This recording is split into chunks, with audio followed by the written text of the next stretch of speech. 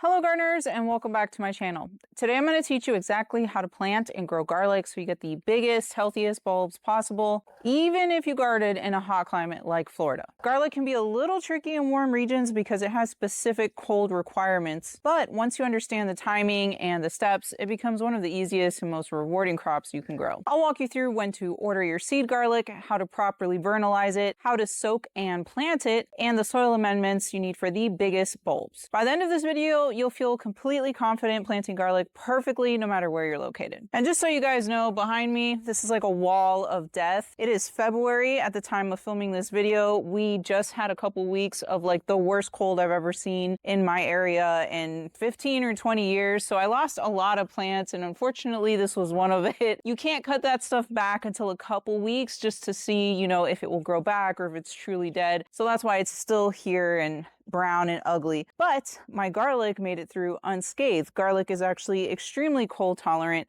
We got some temperatures down to about 23 degrees Fahrenheit and they were unscathed. By the way, if you're new here, my name is Jara. I'm a lifelong gardener, certified permaculture designer, and owner of a seed and plant nursery in Orlando, Florida. I teach home gardeners how to grow more food with less stress using the exact plants and techniques I use in my own garden and nursery. If you want to grow along with me, many of the seeds and plants I mentioned are available on my website, jarasgarden.com. I want to give you a quick heads up. If you want to grow the exact varieties I grow right here in my Florida garden, I am running my annual seed garlic pre-sale right now. We do a pre-sale to collect all of the orders for a certain period of time and then ship them all at once in September, which is perfectly timed for fall planting. I'll drop the link in the description below so you can check it out, see pricing, and reserve yours before the pre-sale closes. Before we get into planting, it helps to understand the two main types of garlic you'll see when choosing what to grow. Picking a variety that matches your climate can make a big difference in how well your garlic performs. Garlic falls into two main categories, hardneck and softneck. Hardneck garlic grows a stiff central stalk called a scape and usually forms fewer but larger cloves that are easy to peel. It's known for its strong, rich flavor, and you also get the bonus of harvesting edible garlic scapes in late spring. The downside is that hardneck garlic doesn't store as long, usually just a few months after curing. Because it needs a longer period of cold to form good bulbs, hardneck garlic is often recommended for cooler or northern climates. Softneck garlic, on the other hand, doesn't produce a scape. Its bulbs contain many smaller cloves wrapped in layers of papery skin. Softnecks tend to have a milder flavor, store extremely well, often 9 months or longer, and have flexible stems that make them perfect for braiding. They usually perform best in mild or warm climates, which is why they're commonly recommended for southern gardens. So which one should you grow? In general, gardeners in cold climates do well with hardneck garlic, while gardeners in warmer areas often have better results with softneck varieties. With that said, these are just guidelines, not strict rules. I garden in Florida and I'm often told that only softneck garlic will grow here and that hardnecks won't work at all. That hasn't been my experience. In fact, my best garlic harvest so far came from a hardneck variety called Vietnamese purple, also known as Deerfield purple. Because of this, I really encourage you to experiment. Try a few different varieties each season and see what performs best in your garden. I found that choosing the right cultivar, understanding vernalization, and preparing your planting area properly matter more than whether a garlic is labeled hardneck or softneck. This season, I'm testing several Vietnamese and Korean varieties to see how they do, and I'm excited to learn from the results, which I will definitely share with you guys. I want to clear up an important point about how garlic is grown. Unlike most vegetables, garlic isn't grown from seeds. Instead, it's grown from what is called seed garlic, which are bulbs saved from a previous harvest. Each bulb is broken apart into individual cloves, and each clove is planted to grow a whole new bulb with multiple cloves. Seed garlic is specifically grown and selected for replanting, not for eating. You can absolutely eat it, but it's usually made up of the largest, healthiest, best performing bulbs from the previous harvest. Those top quality bulbs are set aside so they can be replanted the following season and produce a strong, reliable crop. Now, of course, you can plant garlic from the grocery store, but there are a few big downsides to doing this. When you buy garlic from the grocery store, you usually don't know what the variety is, whether it's a hardneck or a softneck type, or if it has been sprayed with growth inhibitors that prevent it from sprouting or growing properly into a new bulb. Most importantly, grocery store garlic is not certified disease-free. It's grown for consumption, not for replanting. I don't know about you, but gardening in Florida already means dealing with a lot of pests and diseases. The last thing I want want is to accidentally introduce new problems into my garden by planting garlic that may be carrying fungal diseases, nematodes, or other issues. Once those are in your soil, they can be very hard to get rid of. That's why I prefer to use brand new certified disease-free seed garlic from a reputable seller. With seed garlic, you know exactly what variety you're growing, whether it's a hardneck or softneck, and that it's been inspected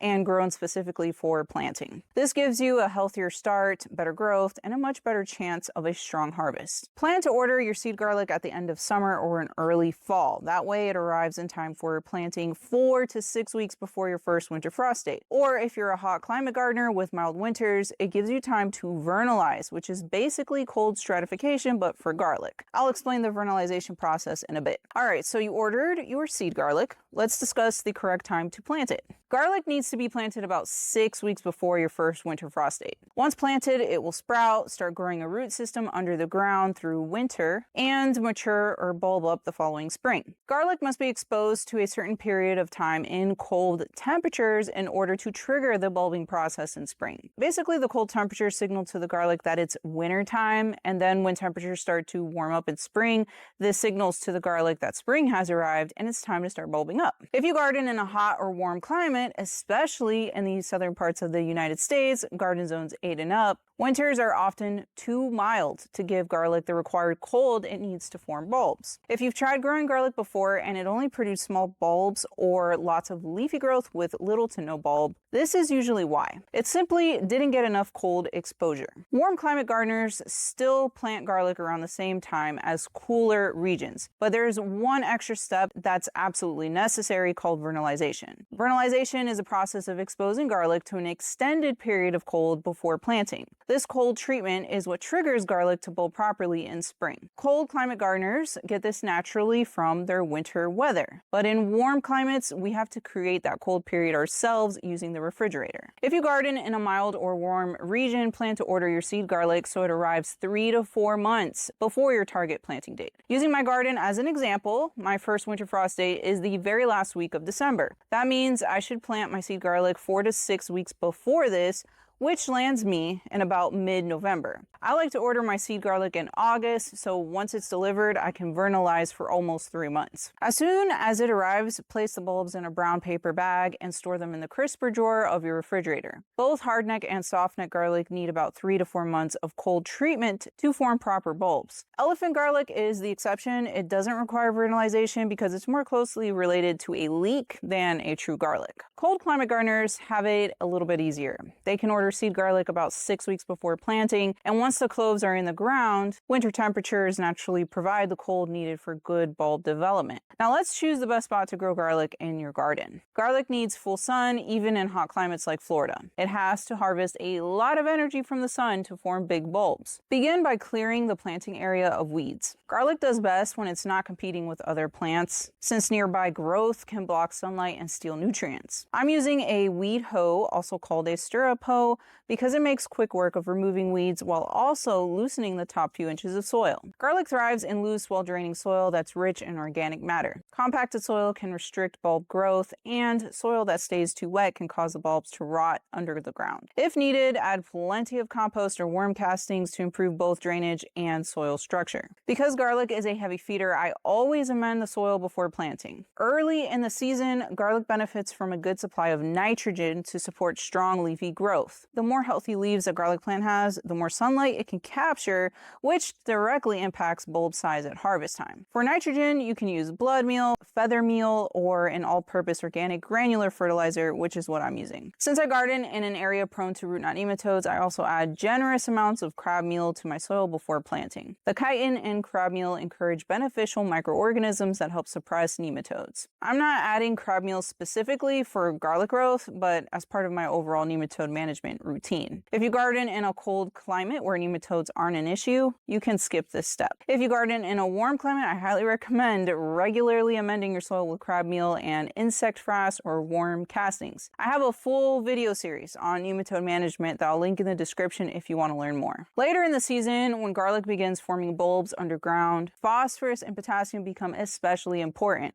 I add these nutrients now so they have time to break down and become available to the plants. For phosphorus, I'm using bone meal, but you can also use something like triple superphosphate. For potassium, good options include kelp meal, green sand, or muriate of potash, which is what I'm applying here. Once all the amendments are added, I work everything into the soil with the weed hoe. After that, I lay my drip irrigation lines over the bed. I'm using flat drip tape with emitters spaced every 6 inches, which works perfectly for garlic. If you'd like to see how I built my drip irrigation system, I'll link my full tutorial in the description. If you're not using drip irrigation, that's completely fine. Just keep an eye on soil moisture and water by hand as needed. Try to water at the base of the plants and avoid wetting the leaves, as excess moisture on foliage can encourage diseases. Now it's time to separate each clove off your seed garlic bulbs. Inspect each clove. The bigger the clove, the bigger the bulb will be at harvest time. Do not use any cloves that show signs of damage or rotting. Also, it does not make any difference if the clove still has its papery outer wrapper on or not. Professional garlic farmers pre-treat their seed garlic before planting because it improves growth and reduces diseases. It is not a required step, but the pre-soak treatments are very easy to do, so why not do everything you can to ensure a good harvest? The first pre-soak treatment is a sterilizing soak. Soak the cloves for around 10 minutes in a sterilizing liquid.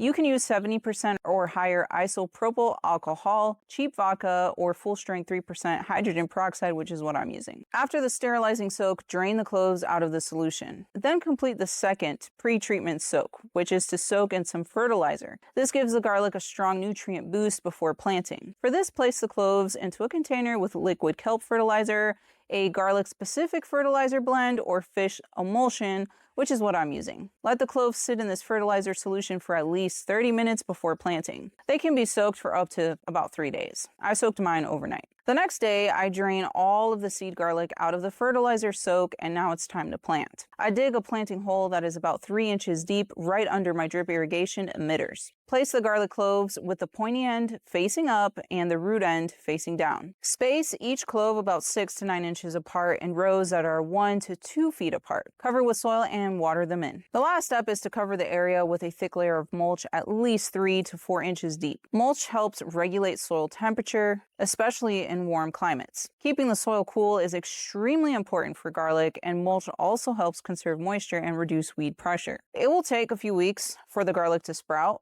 Just continue to water when needed and keep the area weed-free. Once it sprouts, I like to give it a nitrogen boost with some liquid fish emulsion to encourage leafy growth. Use something that doesn't have a crazy high amount of nitrogen, because that will cause the plant to just focus on leafy growth instead of also developing its bulb under the ground. I continue with more applications of fish emulsion about once every 2 to 3 weeks. Once I'm halfway through the growing season, I switch to a fertilizer higher in phosphorus and potassium to encourage root development. Too much nitrogen during this time will encourage more leafy growth with less focus on root development. I like to use AgroThrive Fruit and Flower or Farmer's Secret Fruit and Bloom because they have higher phosphorus and potassium amounts than nitrogen. I fertilize about once every 3 weeks until I'm about 1 month away from harvest time. Then I stop fertilizing altogether to allow the bulbs to mature. Just to give you an idea, I plant my garlic at the end of November or early December. I usually harvest in April or May.